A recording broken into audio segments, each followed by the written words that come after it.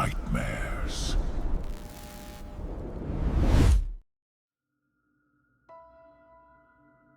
It's snowing again.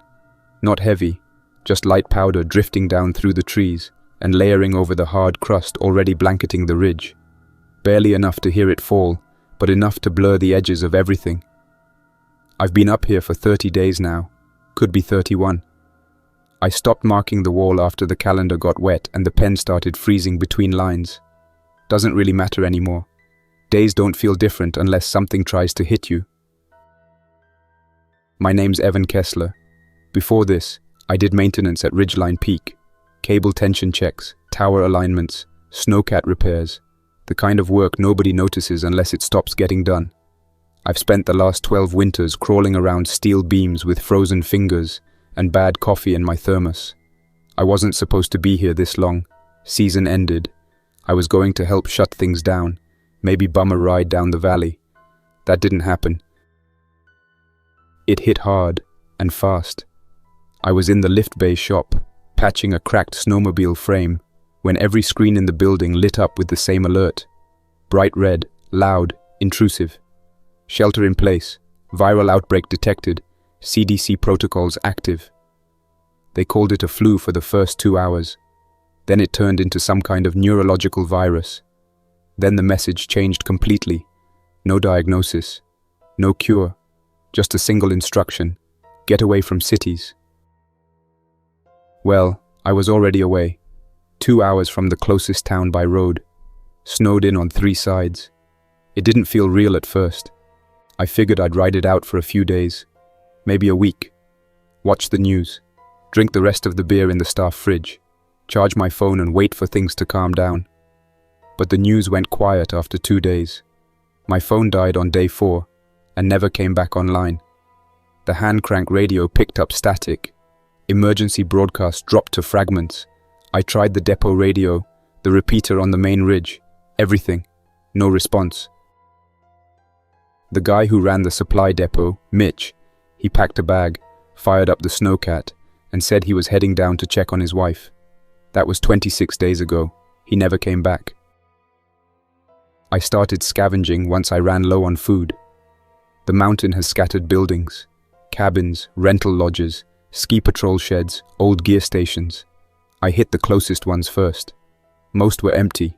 The ones that weren't, I learned how to approach them with a crowbar in one hand and a flashlight in the other. You knock first, then wait, then you move slow.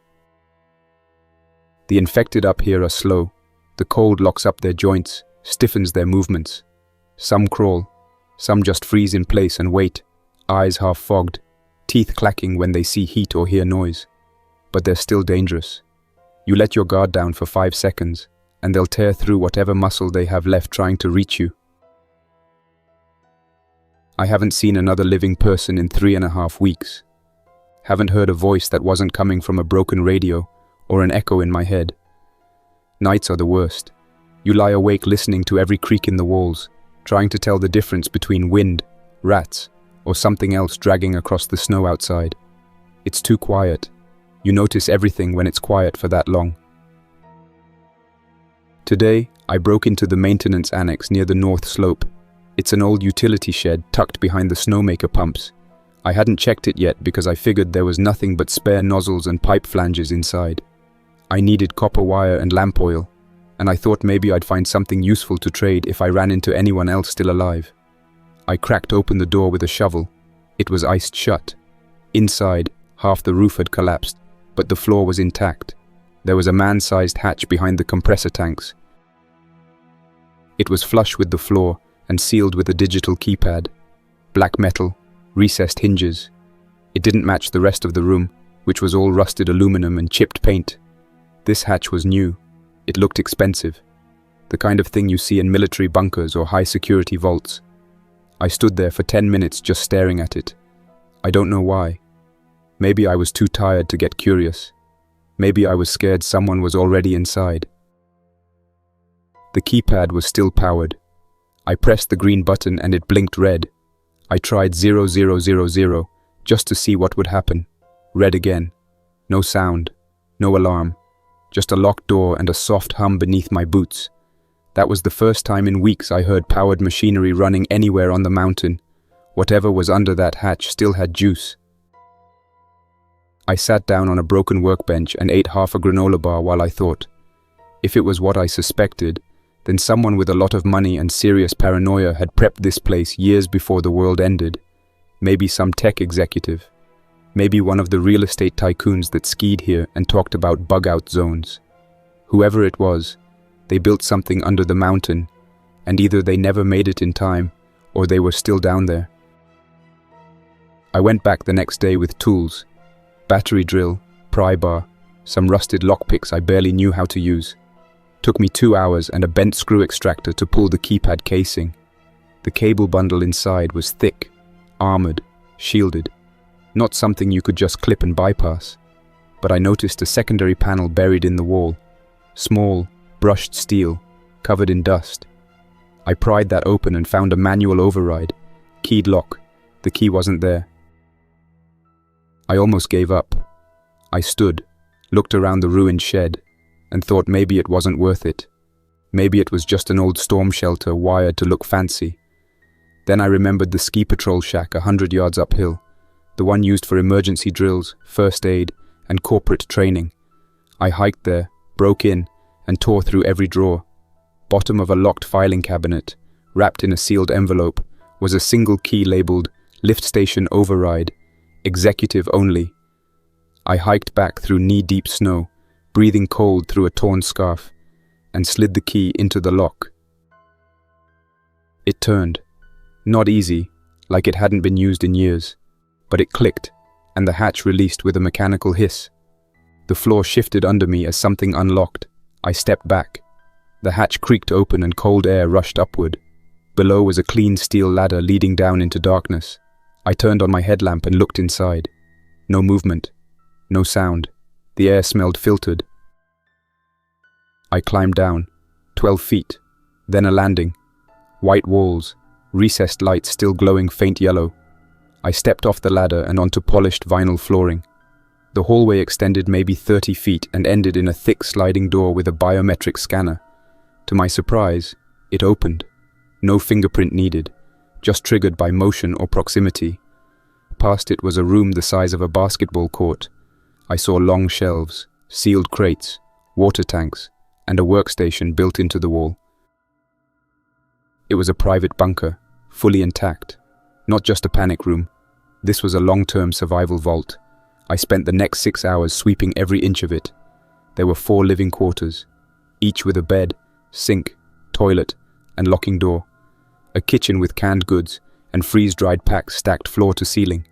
Solar charge converters wired into ceiling panels. Backup diesel generators. Air filtration. Temperature control. This place had everything. Toward the far side of the main hall, past the hydroponics area and a sealed cold storage room, I found another door. Thicker, with a reinforced frame and a mechanical lock instead of digital. The hinges looked clean. The door wasn't sealed like a panic hatch, but it hadn't been opened in a while either. I turned the knob slowly, flashlight raised. The hinges groaned just enough to spike my nerves. Inside was something that didn't belong underground. It looked like an office. Not a utility room or a shelter planner's nook, but an actual office. Walnut desk, mounted monitor, upholstered chair with lumbar mesh, framed photos on the back wall. There was a wide screen built into the far panel, probably for video conferencing or security feeds. The walls were covered in synthetic wood grain and acoustic foam. The floor had a custom rug. Everything was too clean. It didn't match the utility-first design of the rest of the bunker. I stepped in and shut the door behind me. It felt too personal to leave open. On the desk was a powered tablet resting on a magnetic charger base. I tapped it. The screen came on instantly. No lock screen, no password. The home screen had only one folder, labeled simply, Asset Briefings. I opened it and scrolled through the files. Most were just names and descriptions, logistics plans, site expansion reports, water efficiency breakdowns, employee rosters, vendor lists. I clicked one at random and scanned it. There were blueprints for something called Bunker 6A East Ridge, with an architectural logo in the corner and a signature, Martin P. Hale. I froze for a second. I knew that name. I'd seen it printed on the back of magazines and on the bottom of those glossy real estate signs posted all over the highway. Hale Realty, Hale Developments, Hale Investments. He was one of those TV billionaires who used to show up on financial news shows in a fleece vest talking about green innovation and climate resilience portfolios. My sister used to call him the doomsday investor because he always talked about future-proof architecture. Apparently, he future-proofed himself. The framed photos showed him younger, with a woman and 2 boys, probably his family. One of the kids was wearing ski goggles in every picture. I guess they had history on this mountain. I found a cabinet built into the left wall, opened it, and saw 3 sets of cold weather gear, thick, custom-made jackets, thermal-lined boots, gloves, everything monogrammed, all untouched. What grabbed my attention most wasn't the desk or the tablet, it was the safe. It was built into the wall behind a sliding wood panel.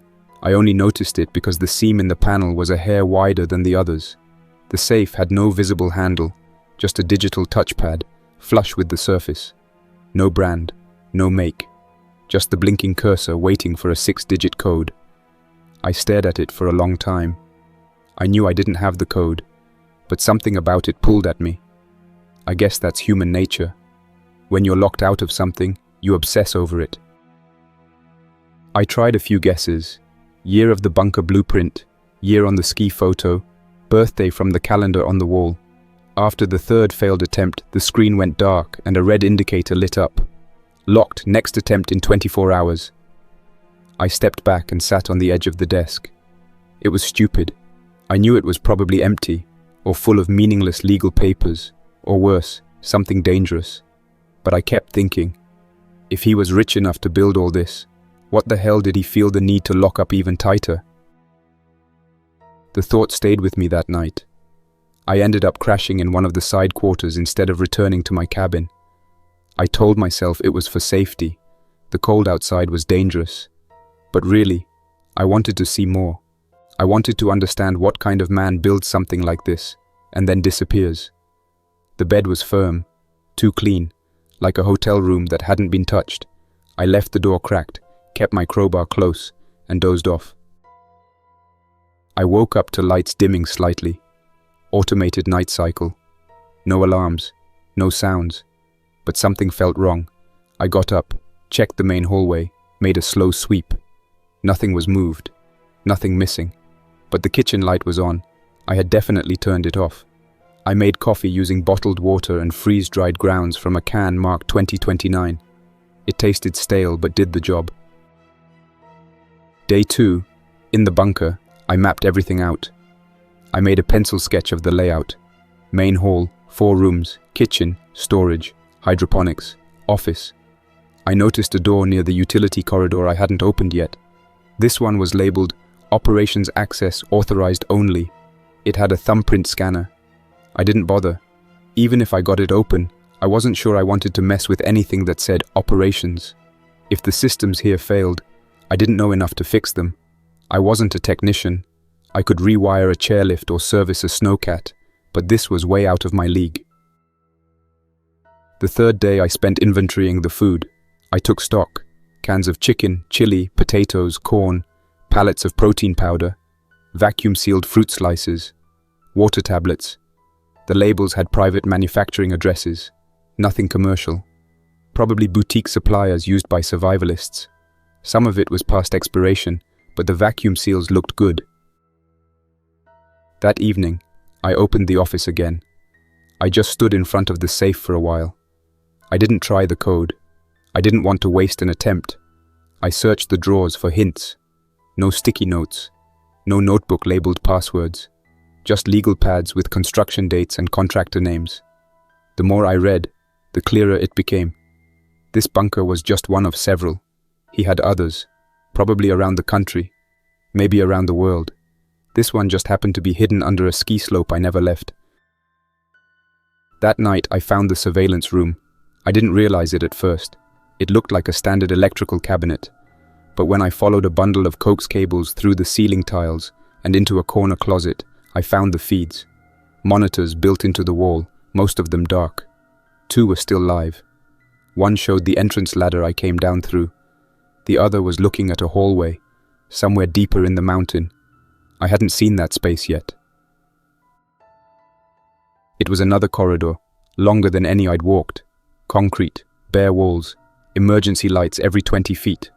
On the floor was a maintenance cart, the kind janitors use, with a tool bag slung across the handle. Behind it was a shape. It wasn't clear, not at first. The feed glitched, looped, then reset. I rewound. Most of the recordings were static, but that shape, it had moved. I stared at the monitor for maybe 20 minutes. Nothing changed. I checked the network logs on the terminal and saw that camera activity had spiked 2 days before I arrived. Someone had come through there. Someone, or something, had passed by that camera, paused, and then left the frame. The fact that the system was still recording meant power ran deeper than I realized. This place was larger than it looked. I locked the office after that. I dragged a steel bin in front of the door and jammed a wrench into the hinge gap. Then I turned every other light off in the bunker and waited in the dark. I sat near the main hallway with a thermal blanket and my back to the wall. The battery radio I'd brought from my cabin was dead. I hadn't heard another voice in over a month. I caught myself whispering to no one, just to hear something besides silence. On the 4th day, I tried the safe again. Different code this time. Maybe Hale's birth year, doubled. Nothing. Lockout message again. 3 attempts per day. After the 3rd failure, it wouldn't even let me touch the screen. I moved on. I started checking the sealed doors for signs of wear, any scuff marks or fingerprints. One of the living quarters, the second from the end, had hair in the drain. Not mine. Short, dark strands. Someone had used that shower recently. The bedding was tucked the way I'd left it, but the corner of the mattress had a dent I didn't remember making. The sink basin had a ring of moisture around the edge, like someone had poured water and leaned in close after washing up. The wastebasket was empty, but the lid had been lifted, then lowered without closing all the way. The top hung off by half an inch. None of it was proof. Not exactly, but I had lived alone long enough to notice when the smallest thing was off. I backed out, pulled the door shut behind me, and stood in the hall for a minute. That part of the bunker was colder than the rest. The airflow was weaker. I couldn't explain why. I moved to the end of the corridor and rechecked the final door, the only one that hadn't opened. There was no nameplate, no access panel, just a vertical seam in the wall and a rubber-sealed handle with a manual turn lock. I had tried it on my first day, and it hadn't budged, so I assumed it was storage or some kind of mechanical room. This time, it moved half an inch before resisting. Something metal scraped inside. I leaned my weight into it and felt the latch strain, then stop. Either it was locked from the other side or something had blocked it deliberately. I left it alone. I didn't want to announce myself by forcing doors open in a place where I didn't know what, or who, was on the other side. I went back to the surveillance cabinet and cycled through the few working feeds again. Still no movement. Still that same hallway, empty now, the cart gone.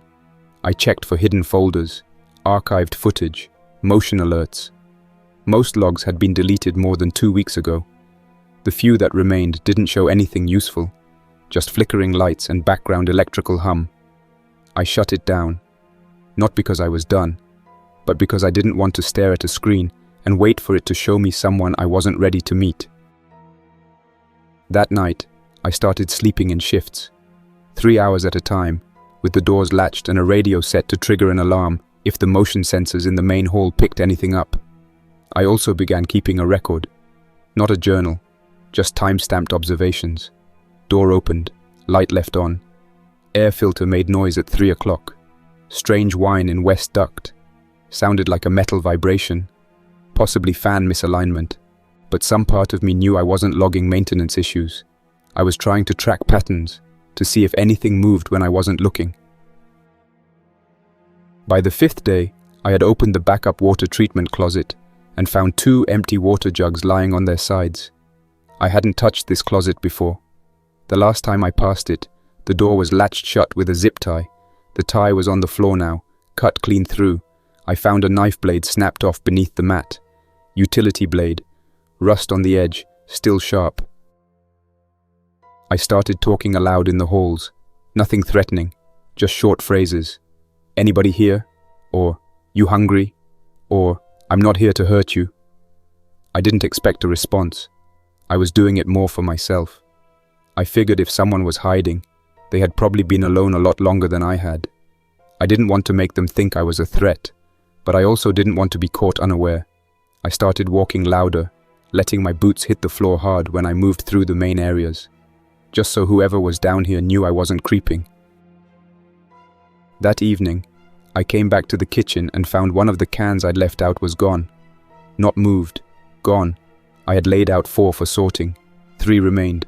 No animals, no loose ventilation shafts. Only explanation was human. I checked the stock again. One of the MREs was torn open and half-eaten, then stuffed in the trash compactor chute. I knew it hadn't been there this morning. Whoever was moving around had gotten bolder. I decided to wait. I left the lights on low, pretended to head back to the sleeping quarters, and circled back quietly 10 minutes later. I crouched behind the hydroponic shelf, where I had a clear view of the pantry. I waited 2 hours, then 3. Finally, around the 4th hour, close to midnight, I heard movement. Barefoot, light padding steps. Whoever it was moved slowly, cautiously, but not with panic. They knew this place. They stepped out from the far corridor. He was thin, maybe in his early 20s, pale, hair cut short, messy, wearing one of the monogram jackets and thermal pants 2 sizes too large. No weapon in hand. He looked around carefully, then made a straight line for the shelf where the water jugs were stacked, grabbed one, turned, and paused like he sensed something. I stayed still. My legs started to cramp, but I held my breath. He didn't speak, didn't check the corners, just disappeared again into the hallway. I waited until morning, then I followed. Slowly, carefully, I retraced his steps. No traps, no barricades. The hallway he vanished into led to that locked door at the end of the hall, the one that scraped when I tried it. I knocked. Nothing. I knocked again, harder. Still nothing. I backed off. Later that day, I placed a bottle of water and a vacuum-sealed protein bar outside that door. I left a note. "Not here to hurt you. My name's Evan. I worked maintenance upstairs before the outbreak. I didn't know this place existed until a few days ago. If you want to talk, I'll be in the kitchen every night at 8. I didn't expect a reply, but I figured leaving something was better than doing nothing. On the 6th day, I woke up to find the note gone. The bottle still sat there, unopened. The food was gone too. In its place was another envelope. No handwriting, just a folded scrap of paper with coordinates scribbled in pencil. I punched them into the wall tablet. They pointed to another sublevel, something labeled Auxiliary Wing Maintenance Shaft 3B. I checked the layout map.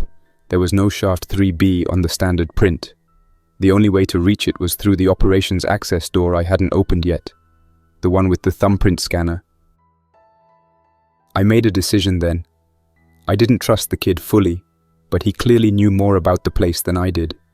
If he wanted me to find that shaft, maybe there was a reason.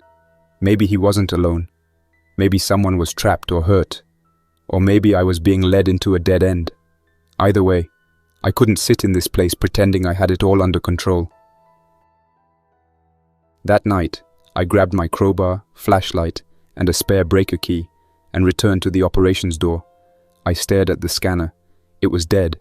I checked the wall panel beside it and noticed a maintenance override tab, a recessed port I hadn't seen before. I jammed the breaker key in and twisted. The lock disengaged with a heavy clunk. I pulled the door open and immediately felt the air shift. It was colder, dry, stagnant. The corridor beyond was narrow, unfinished, and sloped downward. No lights, just dull emergency glow strips on the floor. I followed them, one step at a time, listening. I passed 2 sealed doors and a locked equipment locker. Then the passage widened into a small room with broken crates and collapsed ceiling panels. At the far end was a service elevator stuck halfway open. Inside was blood. Not fresh, dried, blackened, streaked up the side of the inner wall. Someone had been dragged, or tried to climb out, before falling. I scanned the area. No bodies, no bones, just remnants. A jacket sleeve torn off, a radio battery, a small handprint smeared on the metal paneling. I turned back. I didn't want to linger in a part of the bunker no one had cleaned. Whatever happened here, it had been violent, and it wasn't logged in the files I'd found upstairs. Maybe Hale had more secrets than just a safe. I started compiling them now, mentally stacking each one like evidence. The extra doors, the silent kid, the hallway the cameras ignored, the elevator that hadn't worked in years. None of this was in the blueprints. Back in the main quarters, I sealed the operations corridor behind me and jammed the lock with a bolt from the kitchen shelf. I wasn't interested in sleeping after what I'd seen, so I went back to the surveillance monitors and checked the backup storage again. Still nothing recent. Whatever camera system this place used, it either had blind spots on purpose or someone had wiped the feed from certain areas before I got here. That didn't sit right with me. I opened the office again, shut the door behind me, and focused on the safe. I sat on the chair, leaned forward, and stared at the blinking light that said, "Ready, 3 attempts remaining." My hands hovered over the keypad. I wasn't going to guess. Not this time. I thought through everything I'd seen. Hale's photos, the schematics, the bunker folder structure, the embedded ID tags on the tablet. There were references to a fallback date, April 17th, 2032. That showed up on 3 different planning documents. Maybe it was a deadline. Maybe it was the activation date for the place. 6-digit code. I keyed in 041732. The light blinked, then held steady. A soft tone sounded. Nothing opened. Then the screen turned red and read, "Incorrect. 2 attempts remaining." I sat back and closed my eyes. It wasn't the right combination, but it wasn't random. That number meant something. I left the safe alone and went back to the kitchen to recheck the pantry shelves. I was looking for packaging dates, batch labels, anything with numbers. On a case of canned meat, I found a shipping label addressed to a logistics firm in Nevada. Under the priority code field was the number 110893. I don't know why it stood out. Maybe it looked familiar. Maybe it was the repetition of the digits. Maybe it was nothing. I went back to the office, entered it. Another failure. The safe buzzed louder this time. 1 attempt left for the day. I left it alone. I wasn't going to burn all 3 for nothing. That night, I left the note again by the locked door at the end of the corridor. I didn't include any questions. Just a short sentence. "Someone died in shaft 3B. Do you know who?" I folded the page, stuck it to the wall with tape, and waited. I spent the rest of the evening working in the hydroponics section, trying to regrow lettuce from a starter block. It gave me something to do with my hands. I kept the lights on. I didn't want to sit in the dark thinking about blood-streaked walls and elevators that never reached the top. Next morning, the note was gone again. Nothing in return this time. The door hadn't moved. No response. That kind of silence only made things worse. I couldn't figure out why the kid wouldn't talk. He had to know something. He was staying hidden on purpose. I started wondering if maybe there wasn't a second person after all. Maybe he had lived alone here for weeks. Maybe he was scared that if he spoke too much, someone worse than me might come. Around noon, I opened the water recycling system's side panel to check filtration pressure and found another surprise. Wedged in the drainage screen was a cloth scrap. Looked like it had been used to plug something. Grey, frayed, with red stitching on the edge. It didn't match any fabric from the bunk beds. Looked more like an outer garment. Jacket lining maybe. I pulled it free, and along with it came a chain of hair, fabric, and paper pulp, like someone had stuffed documents in there to destroy them and jammed the pipe. The pulp was soft, but one corner hadn't fully dissolved. I let it dry under the heat lamp in the kitchen and tried to read what was left. There were only 3 legible words on the fragment: Unit 2, Behavior, and Isolate. I didn't like that. I read it 3 times. Then I remembered the maintenance files. There were no references to individual people, only teams. Unit 1 was operations. Unit 2 wasn't listed. I went to the tablet, searched the drive for anything with behavior in the file name. 1 hit, a spreadsheet labeled Behavioral Monitoring Phase 3. I opened it. Rows and columns. Each cell color-coded. Most of them had no labels, just initials and numbers. But one entry had a red tag beside it. Subject K, 143, non-compliant. Emotional volatility escalating. Reassignment pending. I scrolled through the tabs. Phase 1, Phase 2, all empty. Phase 3 was the only one with data. It wasn't detailed, but it looked like someone had been keeping track of the residents' actions, maybe even their mental states. That wasn't in the brochure, I bet. I slept in the kitchen that night. Lights on, crowbar under my blanket. The next morning, I opened the sealed cold storage unit to inventory what was still good. On the lower shelf, under a rack of vacuum-sealed meats, I found a satchel. Military canvas, zip-tied shut. I cut it open and found a first aid kit, 2 morphine vials, bandages, and a badge. It was a real badge, plastic laminated, magnetic strip on the back. Anders H. Navarro Emergency Psychological Staff, Level 5 access. So they had a shrink on site. That meant they expected someone to break down. Or maybe someone already had. There were no signs of Navarro anywhere else in the files. No logs, no quarters assigned. I checked the bunk rooms again. One of the drawers had water damage inside. Looked like someone had hidden something there and pulled it out in a hurry. I started thinking maybe Navarro had gotten too close to something and ended up in the elevator shaft. I didn't touch the surveillance system for the rest of the day. It felt useless now. If someone could wipe logs or redirect feeds, then anything I saw on those screens could be manipulated. I shifted my attention to the ventilation system. I opened the central vent hub and traced airflow routes. Every quarter had adjustable valves, but one junction near the locked corridor vented into a lower chamber that didn't appear on the bunker schematic. I followed the duct as far as I could with a flashlight and mirror. I didn't see movement, but I did see blankets, folded, stacked neatly, hidden in the airshaft. That was how the kid moved around. He wasn't walking the halls anymore. He was living in the air system, using old access ladders and ductwork to reach different parts of the bunker. That explained the cold air shifts, the sudden missing items, the quiet footfalls that seemed to come from the walls. He'd been doing this a long time, probably before I even got here. He'd survived 30 days without making a sound. That took patience, or trauma. After a week of breathing recycled air and staring at concrete walls, I needed to get out. I wasn't built for this kind of stillness. I used to spend entire days in lift towers with wind screaming in my ears and snow under my boots. Being underground that long makes your thoughts slow and strange. I told myself I'd go outside just for a few hours, walk the ridge, breathe real air, maybe check the upper ski lodge for anything I missed before the bunker. I didn't expect anything useful, but I figured there might be old board games, magazines, something to kill time. I also wanted to grab something to coax the ductwork kid into talking. A deck of cards even. Something human. I packed light. Thermal jacket, 2 protein bars, a filtered canteen, flashlight, crowbar, and a flare gun I had stashed in the gear room. I took the mechanical emergency release key from the wall near the hatch ladder and looped it onto my belt with a carabiner.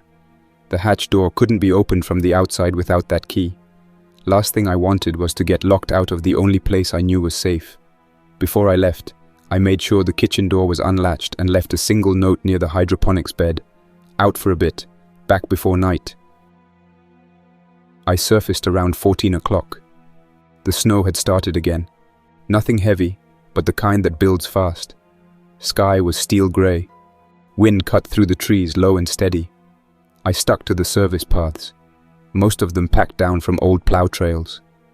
The upper lodge sat about 300 yards upslope, tucked behind a line of rock that cut it off from the view of the lower trail. The building was wide and blocky. It had the bones of a resort, the kind where people used to sit by fake fireplaces and order overpriced cocktails. all of it long abandoned. I circled the building twice before entering. All the lower windows were shattered, and snow drifted inside in low dunes. No fresh footprints. I moved slow, flashlight off, crowbar in one hand. The front lobby still had furniture, leather chairs, water damaged, magazines from 2 years ago fanned across a wooden coffee table. The place smelled like mildew and charred wood. Something had burned in the restaurant area. I found soot up the walls and a half-melted chandelier lying in the rubble. Whatever started it didn't spread far. Maybe a cooking fire gone wrong, or maybe someone torched it on purpose before fleeing. Upstairs, the guest rooms were mostly intact. Linens shredded, TVs missing, closets ransacked. I found a few unopened desk drawers with playing cards, puzzles, crossword books. I stuffed a few into my jacket. There was something comforting about the idea of sitting across from someone and just playing something simple. Cards don't need trust, just rules. I was about to leave when the snow thickened outside, the kind of whiteout you can feel before you see. Wind picked up, blowing sideways against the windows. I decided to wait it out. No sense getting lost or frozen 20 yards from shelter. I closed off the main hallway and used the restaurant's back corner, which had a view of the east slope. I sat under a blown-out skylight and watched flurries swirl through the rafters. It got quiet after that. Too quiet. The kind of still that makes your ears ring. Then, after dark, I heard it. Screaming. A woman. High-pitched. Ragged. It came from the slope beyond the front stairs, somewhere near the maintenance tramline. The scream cut off, then came again. Closer this time. I killed my flashlight, dropped behind the bar and waited. Something pounded up the stairs on the far side of the lodge. I heard broken glass scatter and wood creak. Then came another scream, this one almost right outside. I crawled low, moved to the side hall window, and looked down. A woman, barefoot, half-dressed, legs soaked in blood, was limping fast toward the building. Her hair was stuck to her face. She wore a torn parka, but it was hanging open. No gloves, no pants, just a long thermal shirt hanging low over her thighs, stained dark at the hem. Behind her were 4 infected, then 6. They were fast. The cold didn't slow them like it used to. Must have been hiding inside somewhere warmer before chasing her out. I didn't think. I just moved. Down the hall, through the fire door, onto the balcony. She hadn't seen me. I cut across the side stairs, dropped 2 flights, and sprinted toward the secondary entrance near the gear room. She was almost at the door when I reached it from the inside. I threw it open, stepped out just far enough to wave her in, then shoved her sideways into the vestibule the second she passed the threshold. I slammed the door shut behind her and dropped the interior bar lock across it. The infected slammed into the outside a second later, rattling the whole frame. I turned to check on her, but before I could speak, she kicked me hard, straight into my left leg. My knee buckled, and I hit the tile floor, crowbar sliding out of reach. She backed up against the wall, breathing hard, lamp in hand. One of those old gas-powered camp lanterns, dented, bloody. She raised it with both hands like she was about to bring it down on my face. "Wait," I said, hand up. "I pulled you in. I locked the door. You were about to get torn up." She didn't lower the lantern. Her eyes darted to the door, then back to me. She was shaking, jaw tight. I could tell she was still in fight or flight, barely tracking words. I stayed down, didn't move. "You would have been dead," I said again. "Check the lock." After a long second, she lowered the lantern. Not all the way, just enough to stop looking like she was about to crush my skull. Then she slumped down onto the floor opposite me and pulled her bloody leg in with a hiss of pain. I sat up, rubbed my knee. It throbbed like hell but wasn't broken. "I didn't know if you were one of them," she said. Her voice was hoarse, dry. "I get that." Her name was Sophia. She'd been part of a survival group that holed up in the lower cable terminal until 2 days ago. Said they'd made it through most of the month before someone in their group started losing it, talking to dead people, locking doors behind them, hiding food. Eventually the infected found them. She got separated. Said she'd been running almost non-stop for the last 24 hours. The wound on her leg looked deep but not infected. She needed rest and antibiotics. I had both, but they were down in the bunker. I asked if she could walk. She nodded but didn't move, just leaned back and winced. I wrapped the gash in cloth torn from a table runner. It was crude, but it slowed the bleeding. I didn't tell her yet about the hatch. I didn't know if I could trust her. Not fully. But I couldn't leave her here either. So I helped her to her feet, shouldered her weight, and we made our way slowly back toward the far wing of the lodge. I found an old cot in the manager's office and lowered her onto it. She didn't trust me, and I didn't blame her. I didn't fully trust her either. That kind of mistrust was natural now, reflexive. We hadn't lived in a safe world for over a month. People had started turning on each other before the dead even took over. She didn't ask questions when I blocked the office door with a filing cabinet and a broken chair. She watched every movement I made until her eyelids finally gave out and she passed out from sheer exhaustion. Not sleep, just shut down. That was the only time she let her guard down, and even then her body tensed every time the wind howled outside the cracked windows. I didn't sleep that night. I sat near the far wall, crowbar across my lap, and listened. The infected outside never tried to breach the building again, but I could hear them sometimes, scraping, sniffing, stumbling through snowdrifts. One of them must have circled back. Around 4 in the morning, something heavy slammed against a wall 2 rooms over. It didn't come closer. It just pounded once, and then moved off again. Quiet except for the occasional thump of half-frozen limbs dragging across tile. When the light finally broke through the grey sky and spilled across the cracked ceiling, she stirred. Her legs twitched first, then her fingers tightened around the edge of the cot. She sat up fast, scanning the room like she expected to be handcuffed or worse. Her breathing didn't slow until she spotted me, still in the chair near the corner, shuffling a deck of cards. I didn't say anything, just held up a silver foil food pack and a half-liter of bottled water. She took them slowly, read the label, sniffed the seal. It said, shelf meal, 14 spiced lentils and rice, and had no expiration date. She peeled it open, hesitated, then ate. No utensils, just scooped it with her fingers. I gave her a cloth napkin and another pack with a protein bar inside. She didn't thank me, but I wasn't expecting gratitude. Just seeing her eat without lashing out was enough. "I'm not sick," she said quietly, still chewing. "That's good," I replied calmly. "Would have been wrong not to." I slid the deck of cards across the floor toward her. "Besides, you kicked the hell out of my leg. That's gotta count for something." She didn't smile, but something behind her eyes softened. She picked up the cards, looked at the front one, and flipped through them once. Her hands were shaking less now. Color was starting to return to her face. I watched her move and noted the wound again. No sign of rot, no skin discoloration, just bruising and raw muscle. I figured she had maybe 2 days before infection risk from the injury. Not the virus, just standard wound care. If I didn't get her to antibiotics soon, she might lose the leg. "Do you want to tell me what happened?" I asked. "Back there? How you ended up out like that?" She hesitated, looked down at the floor, then nodded slowly. "I was with a group, 7 of us. Started as 13, but we lost people fast. 2 on the first night when a propane tank blew. The rest split or got caught trying to get food. We found a tram station off the lower slope that still had power. Not much, just lights and heat. We thought it'd be safe." "Was it?" She shook her head. "Not for long. One of the guys, Jonah, got bit 2 days before the collapse. He didn't tell anyone. Said he got scratched by a fence. Then, the night before the attack, he got weird. Wanted to feel human again, he said.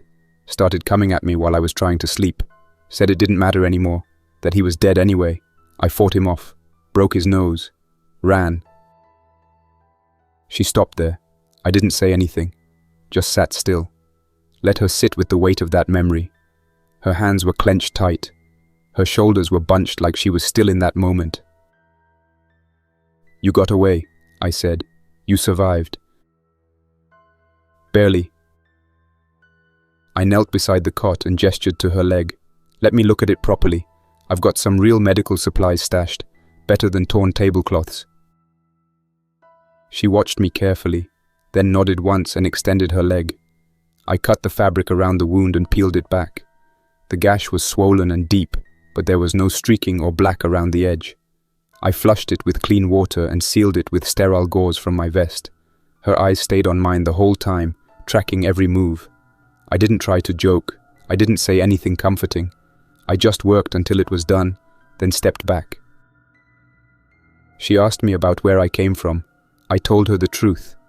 About the ski lifts, the maintenance job, the cabins I scavenged after the resort emptied out. I told her about the lodge fire, the cold, and the old workshop where I first found the hidden hatch. I told her I was alone from the start and hadn't spoken to anyone else since the outbreak. She asked about the food, where I got it. I said I had a stash left over from early pandemic panics. Not a lie, but not the whole truth either. I didn't mention the bunker, not yet. Over the next 2 days, we stayed in the lodge. It wasn't safe, not in the long term, but it gave us shelter. I reinforced the second-floor hallway with furniture and a ski rack lashed to the doorframe using old bootstraps. The snow outside had built up against the south windows, thick enough to seal out wind but not cold. We set up camp in the manager's office, the only room with thick walls and no exterior access.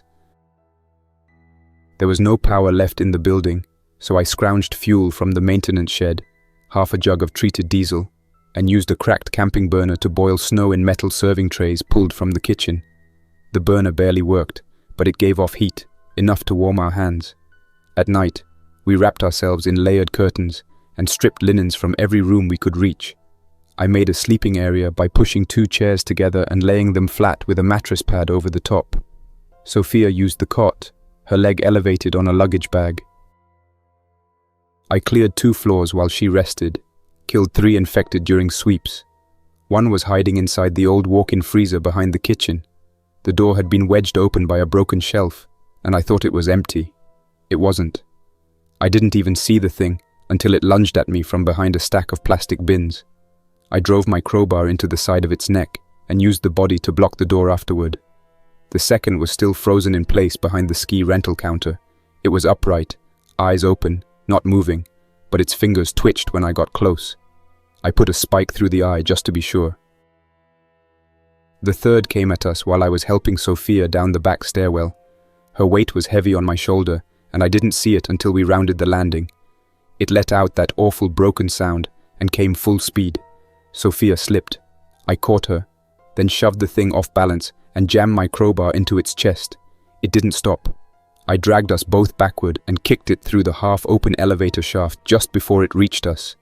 It hit metal 2 stories down and didn't make a sound after.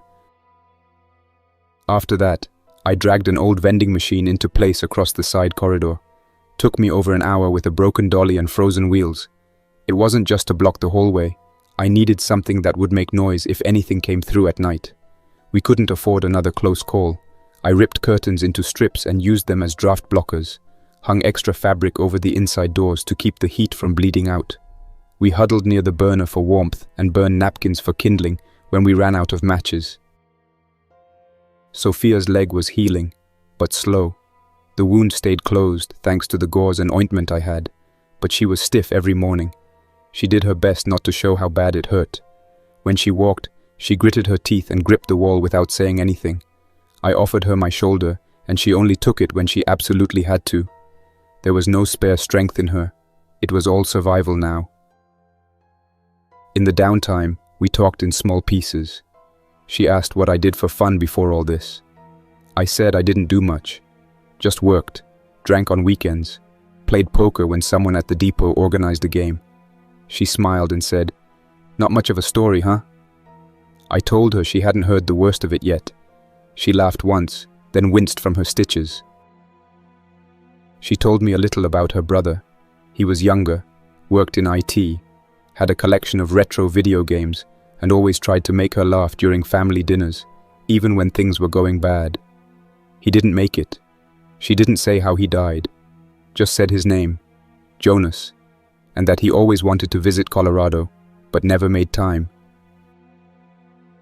By the end of the second day, the heat was going out again.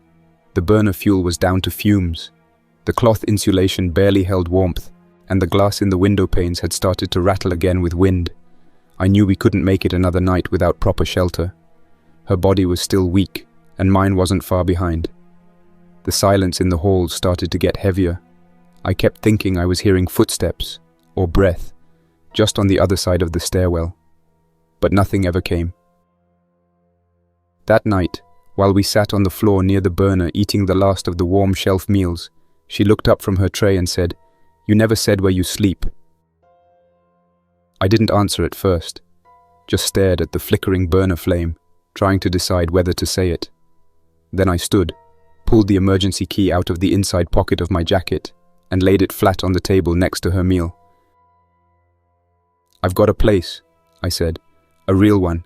Safe, warm, stocked. It's hidden. I didn't tell you before because I wasn't sure what this was. If I could trust you. But you need a real bed, a real heater, antibiotics. I've got all of it." She stared at the key for a long time before speaking. "And you just never said anything?" "I didn't know if you'd believe me, or if you'd take it from me and leave me here. People are different now." She stared at the key, then back at me. "It's real?" "It's warmer than this dump, and there's soap." We packed what we could. She wore one of the spare jackets I found earlier, tied shut with a belt from the lost and found bin. I helped her walk. We took the side trail through the tree line and circled wide around where I'd seen the infected last. No sign of them now, just snow, half-melted footprints, and wind carrying everything else away. We reached the hatch before noon. I unlocked it, swung it open, and she paused at the edge, looked down into the dark. "You sure?" "Yeah," I said. "We both need some place that doesn't want to eat us." She climbed down first, slow and careful. I followed after sealing the hatch. For the first time in days, I didn't feel the cold on my face. The bunker's warmth felt artificial, sure, but it was real enough to take the edge off everything we had just gone through. Sophia stood at the bottom of the ladder for a long time, turning in a slow circle, taking it all in. The recessed lights, the polished floor, the sealed crates, the quiet. It was the kind of silence most people wouldn't have known how to handle before all this. But now it was like a blanket pulled over a wound. I showed her the main corridor first, then the kitchen, then the sleeping quarters. She didn't say much at first, just nodded, running her fingers along the walls, checking corners, double-taking at the food shelves and clean water jugs. I gave her one of the untouched rooms. She didn't ask why it looked like no one had ever used it. I didn't explain.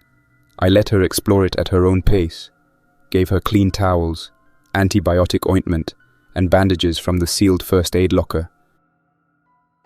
After she changed clothes and scrubbed the dried blood from her arms, I heated another shelf meal and set it on the table. We ate in silence that night. She barely touched the rice, but she drank a full bottle of water and then curled up in the lounge chair like she'd lived there her whole life. It wasn't peace. Not yet. But it was the closest either of us had come to it in 31 days. The next morning, she asked what the catch was. "Places like this don't just sit empty," she said. "Somebody always comes back." "There was someone else," I told her. "Or there still is. I'm not sure." She laughed. Thought I was joking. I wasn't. I explained about the notes, the missing food, the air ducts, the second shower being used. She got quiet then, said she never saw anyone else when she first arrived, but admitted she'd heard scratching once while resting near the kitchen the night before. I showed her the narrow shaft where I found the blanket pile, the small torn-up scrap of cloth in the drain filter, the hallway camera that still blinked on and off like it was being tampered with. I even showed her the safe in the office and how I'd never been able to open it, until the day I found it already unlocked and empty. No trace of who had been inside or why they left it that way. Sophia didn't ask any more after that. She just started leaving her own small notes next to mine at the hydroponic shelf. Another week passed. No replies, just silence, same as before. I spent my time checking systems, running inventory, and finally figuring out how to bypass the camera loops by hardwiring around the faulty switchboard. No new footage ever showed. The same empty hallway, the same quiet rooms. Whoever had been moving in the walls either moved on or learned how to disappear better. Sophia took over the hydroponics bed, said growing things made her feel like the world still worked. I told her about the time a ski patrol officer fell asleep on a lift control panel and left guests stranded for 3 hours in freezing wind. She told me about her younger brother, how he used to take apart her bike just to see if she'd ask for help putting it back together. We talked at night while sorting supplies or playing cards. Not heavy stuff, just enough to keep the hours full. Some days I thought about the safe again, about the kid who may or may not still be crawling through the vents, reading our notes and stealing snacks. Sometimes I caught Sophia looking at the corner ducts too. Neither of us said anything about it after a while. It just became part of the place, like the low hum of filtered air or the soft click of motion-activated lights. One morning, she came into the kitchen limping less than usual and asked if I thought it would ever go back. Anything. The power, the country, the people who ran things. I told her honestly I didn't know, but if it didn't, at least we weren't dead yet. She nodded and went back to prepping a set of grow trays with lettuce seeds. We had enough food to last another few months, maybe more if we were careful. The solar panels on the ridge still pulled charge through the overcast. The air was clean, the water tanks were full, and the dead hadn't found the hatch. Not yet. I kept writing notes, just small ones, updates, questions, sometimes dumb jokes, favorite shelf meal, rank worst to not worst. Or, does anyone else hear that hum at 3 o'clock or am I going crazy? I stacked them in the hydroponic nook, but whoever had been crawling through the ducts stopped taking them, or stopped existing. I stopped checking every hour, but I still left new ones every few days, just in case. Sophia turned the bunker's plant bed into a little jungle. She scrounged through the crates and pieced together a homemade trellis with snapped mop handles and cut zip ties. The lettuce grew fast. So did the beans. One afternoon she danced around the grow lights because a tomato sprout had broken through the starter sponge. "We can make pasta sauce in 5 years," she said. I pretended to mark it on the calendar.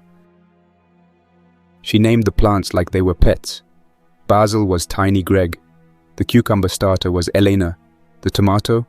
Vice President Tomato. No idea why, but it stuck. I didn't say anything when she drew little cartoon faces on the pots.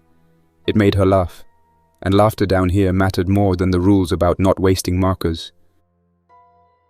On day 57, I fixed the south corridor vent grill. It had been rattling for weeks, and it finally shook loose in the middle of the night. I thought someone, or something, was crawling through again. Sophia had her crowbar in hand before I was even off the cot. We cleared the hole together, checked every crawl space, every hatch. Nothing but wind through the shaft. I tightened the bolts and put up insulation foam. She left another note in the vent afterward. "Still here, still breathing. Hope you are too." By day 62, her leg was healing well enough that she could walk unassisted, though she still kept the cane I carved her out of an old bunk post. She never thanked me for it, but I'd catch her tracing the groove I left in the handle with her thumb. It helped her get to the north end of the facility without needing rest breaks. She started taking solo walks just to feel like herself again. I understood that. Being watched, even by someone trying to help, gets old fast. We gave each other space when we needed it. One night, I found her asleep in the office chair, safe open behind her. She was thumbing through old printed dossiers from the asset folder I'd ignored before. Nothing critical, just files Hale must have used when this place was active. Staff rotations, logistics, maybe psychological reports. She'd pulled one page and set it aside. It had only a few lines on it. Unit 2, Behavioral Test Pool, Priority 3A Survivors, Limited Reproductive Viability. Final observation window ends April 17th. We didn't talk about it. She folded it up and burned it in the kitchenette sink the next day. We stopped asking questions about the previous residents. Whoever else lived here once, if they left, if they turned, if they were still somewhere in the dark, we figured they either didn't want company or didn't need it anymore. Day 70. A battery in one of the surface sensors pinged an alert. Motion. Just one ping, then silence. Could have been wind. Could have been wildlife. Could have been someone trying to find shelter before the next storm rolled in. We argued about going topside. I wanted to check it. She didn't. Said if someone needed help, they would have made more noise. But I went anyway. Nothing. Just frost, snow, and a bent pine sapling near the panel tower. I replaced the battery, checked the recording unit. Empty. Sophia was right. I came back down covered in ice and said nothing about it. Later that night, she brought over the old box of VHS tapes we found in the storage crates. Training videos, documentaries, a few weird bootlegs with handwritten labels. She rigged a player from one of the wall consoles and made popcorn out of vacuum-packed kernels in a bent mess tin over a heating coil. We watched an old ski safety tutorial with music that sounded like it had been composed on a calculator. I hadn't laughed that hard in years. It wasn't even the tape, it was her commentary. She mocked the narrator's voice, acted out every fall, and snorted when the actor faked a twisted ankle. She said, "At least he had poles." We both cracked up for 5 minutes straight. Day 74. I woke up before her. She left a note stuck to my water bottle with electrical tape. Happy 74. Still breathing. Still eating. Still a bit suspicious of you. But you grow on people. Like algae. That day, we cleaned the bunker's hallways together. Picked up all the clutter we'd let build up in the corners. Realized we'd made a mess in our little haven. So we swept, sorted, organized. After dinner, we sat in the lounge and talked about things that had nothing to do with the outbreak. She asked what my first job was. I told her I used to assemble furniture at a warehouse store. She told me she once lied on a resume and somehow ended up managing a garden center she didn't understand for 4 months. We swapped stories until the lights dimmed to their auto sleep setting. No one came knocking. No one stormed the hatch. No one sent a rescue party. But we were still here. Still alive. Still human. And that's where we'll stop for now. Thanks for listening. Don't forget to like, subscribe, and tell me how the story hit you. What moments worked, what didn't, and what you'd want to hear next. And a big thank you to everyone supporting the channel, especially with extra membership. Carlos Herrera, The Great Anywho, Jadala, Madam Midnight, Deborah Powell, William Blackwell. You keep this project alive. Until next time, Survivor. Jack's Nightmares signing off.